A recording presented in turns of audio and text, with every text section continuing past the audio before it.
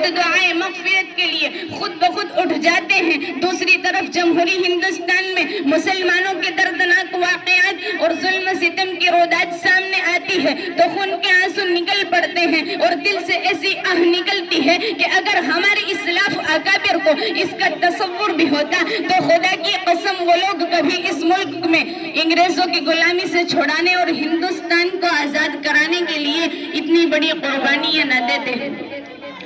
اگر انہیں یہ معلوم ہوتا کہ اس ہندوستان میں ان مسلمانوں پر ایسا دن بھی آئے گا جب مسلمان آزادی کی جگہ انگریزوں کی غلامی ہی کو پسند کریں گے تو کبھی شمشیر برہنہ لے کر میدان جہاد میں نہ نکلتے۔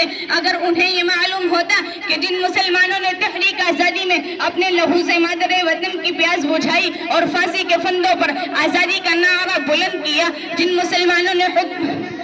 مسلم حکمرانوں نے اپنی 700 سالہ تاریخ میں جن مسلمانوں نے تحریک آزادی میں اپنے لہو سے مادر وطن کی پیاس بجھائی اور جن مسلم حکمرانوں نے اپنی 700 سالہ تاریخ میں ہندو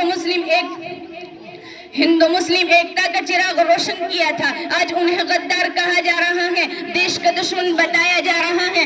انہیں کیا معلوم کہ جس ہندوستان کی آزادی کے لیے شیخ سید احمد شہید اور شیخ اسماعیل شہید رحمت اللہ علیہ نے جان دی ہے۔ انہیں کیا معلوم کہ جس ہندوستان کی آزادی کے لیے بالا کوٹ کی پہاڑی پر سید احمد شہید اور شیخ اسماعیل شہید رحمت اللہ علیہ نے جان دی ہے۔ انہیں کیا معلوم کہ جس ہندوستان کی آزادی کے لیے شیخ الہند اور شیخ الاسلام رحمت اللہ علیہ کالا پانی گئے۔ انہیں کیا معلوم کہ جس ہندوستان کی آزادی کے لیے شیخ الاسلام سید حسین احمد مدنی پر شارٹ کا وارنٹ ہوا۔ انہیں کیا معلوم تھا کہ جس ہندوستان کی آزادی کے لیے دلی کے چاندنی چوک سے خیبر تک کے درختوں پر علماء کی گردنیں لٹکائی گئی۔ انہیں کیا معلوم تھا کہ جس ہندوستان کی آزادی کے لیے علماء کرام کو برہنہ کر کے آگے کے انگاروں میں ڈالا گیا۔ انہیں کیا معلوم تھا کہ جس ہندوستان کی آزادی کے لیے 1957 عیسوی میں 51,000 علماء شہید ہوئے ہیں۔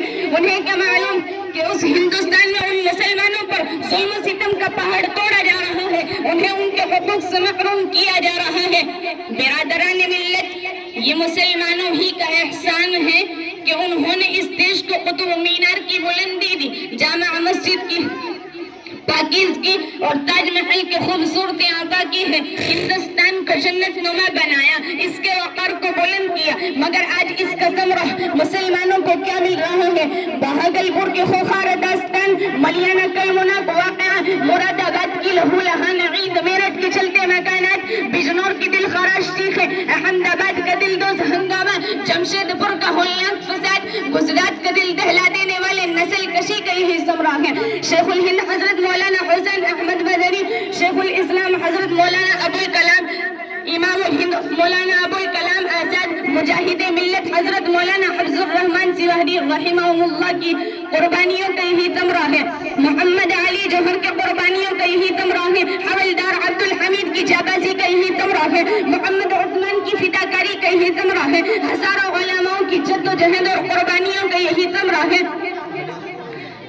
سید احمد شہید اور شیخ اسماعیل رحمت اللہ علیہ کی تحریک آزادی کا یہی ثمرہ ہے۔ شیخ الاسلام رحمت اللہ علیہ کی تحریک آزادی کا یہی ثمرہ ہے۔ شیخ الہند رحمت اللہ علیہ کی تحریک آزادی کا یہی ثمرہ ہے۔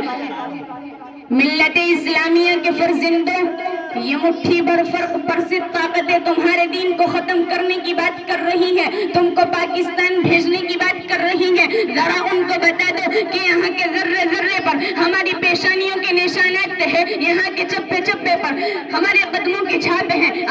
آج اس ملک کو آزاد ہوئے 78 سال ہو گئے ہیں، لیکن اس 78 سالہ دور آزادی میں ارباب حکومت نے مسلمانوں کے ساتھ کس طرح غیر و مساویانہ رویہ اختیار کیا ہے اور ظلم و استبداد کیسے کیسے ہتھیار استعمال کیے ہیں، اس کی ایک درد بھری داستان ہے۔ سینکڑوں فسادات کی تاریخ ہمارے سامنے ہے، جسے یاد کر کے کلیجہ منہ کو آنے لگتا ہے زبانیں گنگی ہو جاتی ہے، پاؤں تلے سے زمین کھسک جاتی ہے۔ ہائی یہ کیسی آزادی ہے! مسلمانوں کی جان و مال محفوظ نہیں ہے، ہمارے عزت و آبرو پر شب خون مارا جا رہا ہے، ہمارے عزت و آبرو ہمارے حقوق پامال کیے جا رہے ہیں، ہماری آبادیوں کو خنڈر رات میں تبدیل کیا جا رہا ہے، ہمارے مساجد و مکاتب کو مسمار کیا جا رہا ہے، مدارس کو ISI کا اڑکارا دیا جا رہا ہے، خانقاہ پر بنیادی پرستی کا الزام لگایا جا رہا ہے، شاعر اسلام کے جنازے نکلے جا رہے ہیں، قربانیوں پر پابندی لگائی جا رہی ہے، قبرستان پر غاصبانہ قبضہ کیا جا رہا ہے، لاؤڈ اسپیکر پر اعلان کے خلاف مقدمہ بازی ہو رہی ہے اور خدائے قرآنی پرسنل لاء میں ترمیم کی کوشش کی جا رہی ہے۔ یہ کیسی جمہوریت ہے، یہ کیسی آزادی ہے کہ مسلمانوں، یہ کیسی جمہوریت ہے، یہ کیسی آزادی ہے کہ مسلمانوں کے مذہبی معلومات میں مداخلت کی جا رہی ہے۔ اگر آزادی اسی کا نام ہے تو ایسی آزادی کے ہم طلبگار نہیں ہیں، بلکہ ہمیں آزادی چاہیے، مذہبی اسلام کی آزادی، ہمیں آزادی چاہیے، قرآن کی آزادی، ہمیں آزادی چاہیے، عبادت کی آزادی، ہمیں جان و مال کی حفاظت چاہیے، ہمیں ہماری عبادت گاہوں کی حفاظت چاہیے، ہمیں شاعر اسلام کی حفاظت چاہیے۔ میں اپنی تقریر کو یہیں ختم کرنا چاہتی ہوں۔ وما توفیق الا باللہ۔